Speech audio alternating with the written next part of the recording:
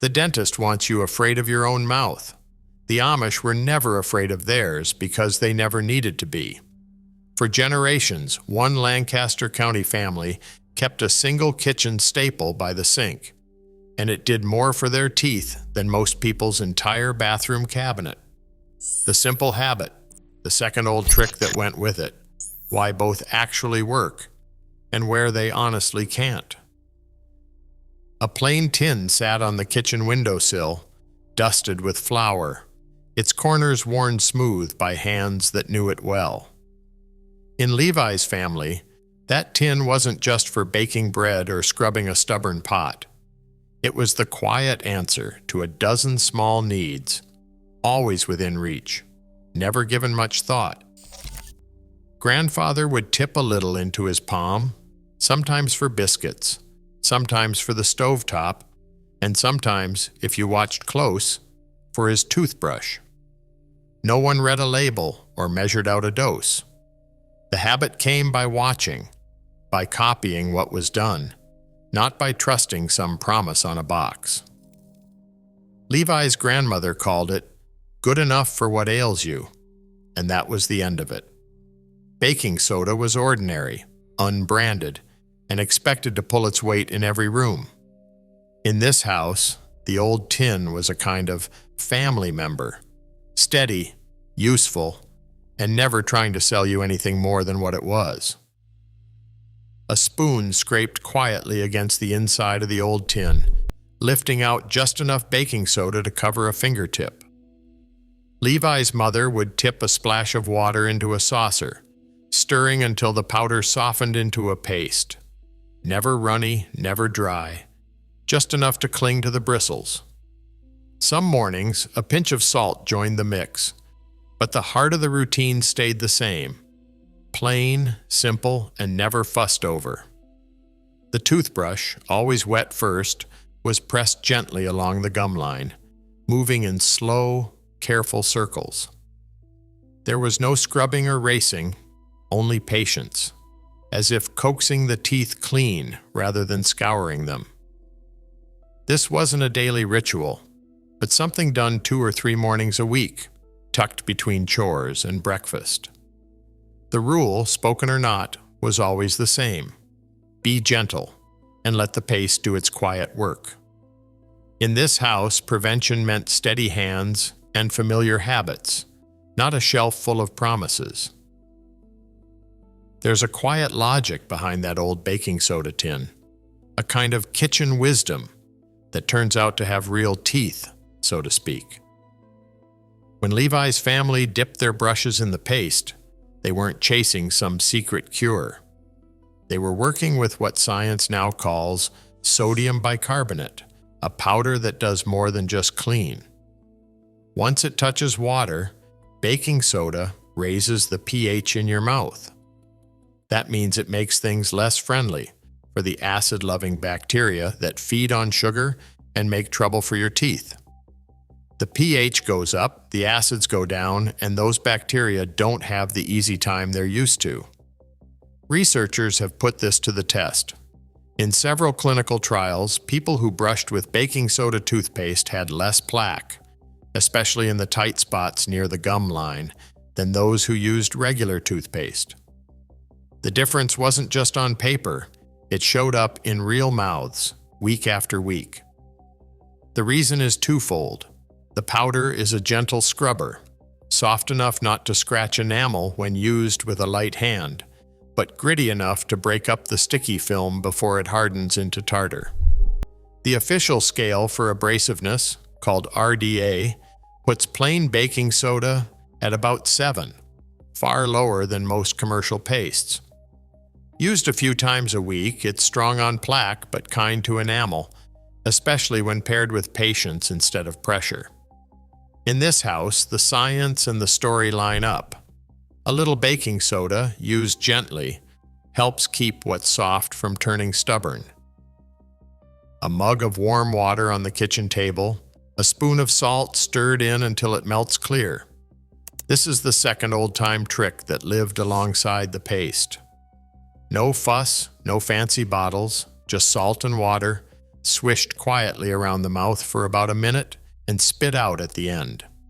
It wasn't meant to replace brushing, but to fill the gaps between. Levi's grandfather would rinse after a meal or before chores, letting the salty warmth loosen what the brush missed and soften the sticky film that gathers along the gums. The habit ran on the same plain logic as every other household fix. Use what's on hand, keep it simple, and do it often enough that trouble never gets a chance to settle in. For families like Levi's, the saltwater rinse was a small, preventive step, gentle, practical, and as much a part of the week as sweeping the porch or mending a button. There's a hard line between what a kitchen remedy can do and what it can't, and Levi's family knew it by heart. No matter how faithfully you brush with baking soda or rinse with salt water, once that sticky film on your teeth has turned to tartar, hardened, yellow, and stubborn, no home trick can bring it loose again. Tartar is not just stubborn, it's stone. Only a dentist, with careful hands and the right tools, can chip it away without hurting the enamel beneath. That's the plain truth, as old as the tin on the windowsill. Some folks, searching for a shortcut, have tried straight lemon juice or undiluted vinegar, hoping the acid will eat away the buildup. But acid doesn't know when to stop. It wears down the good right along with the bad, stripping away enamel faster than it can clean. The enamel, once gone, never grows back. That's why the old-timers stuck to what was gentle and safe, never reaching for harsh or risky fixes. The real wisdom in this routine isn't about undoing damage that's already set in. It's about keeping trouble from starting in the first place. A little baking soda, a gentle hand, and a rinse, now and then. These are meant to hold the line, not to replace the work of a trained professional. When plaque is still soft, you have a chance. Once it's hardened, the only honest answer is to call on someone with the right tools and training. That's not a failure of home wisdom. It's knowing where the home remedy ends and the work of a dentist begins. A box of baking soda sits on the lowest grocery shelf, tucked between the flour and the salt, with a price tag that rarely climbs above $1.50. That same box, plain as it comes, will last a family for months, stretching through bread dough, cleaning day, and every toothbrushing in between. Now, wander down the toothpaste aisle. The boxes get brighter, the claims louder, and the prices climb. Tartar-controlled toothpaste, whitening strips, and specialty rinses can each run $30 to $40, promising the moon for a mouthful of foam. Turn those boxes over, and you'll often find the same old sodium bicarbonate, baking soda, listed among the ingredients, just dressed up in a fancier suit. The difference is not in what cleans your teeth, but in what's wrapped around it and how much you're asked to pay. For families like Levi's, the instinct was simple. Why pay extra for what's already in the cupboard? Why let a shiny label convince you that a new name means a better clean? In the end, the wisdom wasn't about finding a miracle, but about sidestepping expense and letting a humble staple do its quiet work. Plaque doesn't wait for anyone. Within just a few hours after brushing, a new film starts to settle back onto the teeth, quietly rebuilding itself while the day goes on. This cycle is so reliable that entire aisles of the drugstore are built around it, rows of tubes and bottles promising to chase away what always comes back. Each new product arrives with brighter claims and a higher price, urging shoppers to stay ahead of the problem with something novel or urgent. The marketplace thrives on that return, selling the same promise in a new wrapper every season.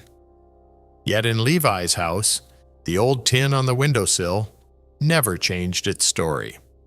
No urgency, no upgrades, just the same handful of baking soda, used with quiet regularity. The difference isn't in what cleans the teeth, but in how the habit is kept. Steady, familiar, and never in a rush to buy what's already in the cupboard. Long before shelves overflowed with tubes promising dazzling smiles and tartar-free teeth, families in the countryside leaned on what they already had. In a world without glossy packaging, the answer to daily care was found in a handful of ordinary staples: baking soda, salt, maybe a sprig of mint if the garden allowed. These habits moved quietly from one generation to the next, passed not by instruction manual, but by careful watching and doing. The real inheritance wasn't a recipe on paper, but the memory of small, steady routines that kept trouble at bay. There was no chasing the latest claim or worrying over the next big breakthrough. Prevention meant using what was on hand, trusting in thrift, and believing that a little effort each week could spare a family from bigger worries down the line. In this way, the old kitchen tin became more than a tool. It was a lesson in self-reliance, a gentle reminder that caring for what you have often costs less, both in money and in worry, than waiting for someone else to fix what's already gone wrong. Old habits aren't magic, but gentle baking soda and salt water can tip the odds in your favor if you start before plaque hardens. Simplicity still matters more than shiny promises. Will you try the Amish way this week? For education only, always check with your dentist before making changes.